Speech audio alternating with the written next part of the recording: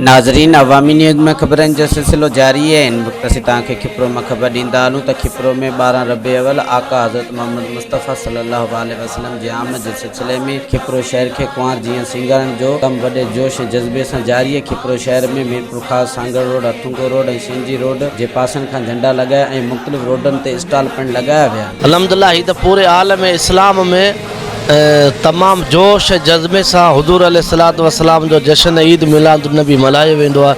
हिन दफ़े भी इंशा अल्लाह ताला अॻियनि सालनि खां या अॻियनि प्रोग्रामनि खां इंशा अल्लाह ताला बेहतर नमूने जेको आशिक़े रसूलनि मथां जज़्बो हींअर ॾिसूं था वो तमाम ॾिसण जहिड़ो आहे। हुज़ूर अलैहिस्सलातु वस्सलाम जो महीनो ही शरीफ़ आयो आहे ऐं असांखे तमामु घणी इन में ख़ुशी थी आहे। असांजा दिलि बार बार ख़ुशि था थियनि, छो त हिन महीने जे अंदरि हुज़ूर अलैहिस्सलातु वस्सलाम हिन जहान जे अंदरि तशरीफ़ वठी आया ऐं हीउ महीनो सिर्फ़ु असांजे लाइ न बल्कि आलम इस्लाम जे लाइ ख़ुशीअ जो महीनो आहे।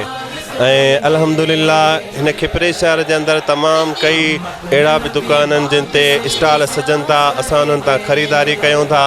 ऐं हर साल वांगुरु खिपरे शहर जे अंदरि हिकु वॾी अज़ीम शान रैली निकिरंदी आहे। उन में शहर खां अलावा ॻोठनि ऐं ॿाहिरां जा माण्हू बि इन रैली में शरीक थींदा आहिनि। पेज वगैरह वठूं पिया 12 रबी अवल जो, बस ये पेज वठता था फ़िलहाल।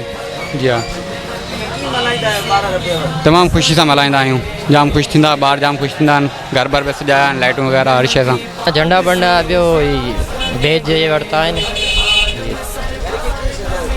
बसि फुल तयारी था। जीअं त असां ही स्टॉल लॻायो आहे, माण्हू ख़रीदारी करे रहिया आहिनि वॾी ख़ुशीअ सां। वॾे पैमाने ते असां वटि बेज झंडा मौजूदु आहिनि, हर क़िस्म जी हर वैरायटी जा बेज मौजूदु आहिनि ऐं माण्हू नंढा वॾा ख़ुशी सां वठनि पिया ऐं ख़रीदारी ज़ोरो शोर सां हली रही है। मज़ीद खबरों और तफसीलात के लिए विजिट करें हमारी वेबसाइट www.awamiNewsHD.com।